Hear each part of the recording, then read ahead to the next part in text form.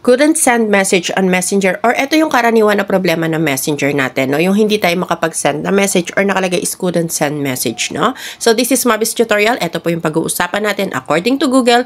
Ito po yung mga basic troubleshooting tips para maayos natin yung couldn't send message natin. Sabi niya, make sure your device has enough storage. Ibig sabihin po, yung hindi po full storage yung inyong cellphone, no? Kung full storage na po siya, mag-delete na po kayo ng ibang application na hindi naman importante sa cellphone nyo or hindi nyo naman siya ginagamit.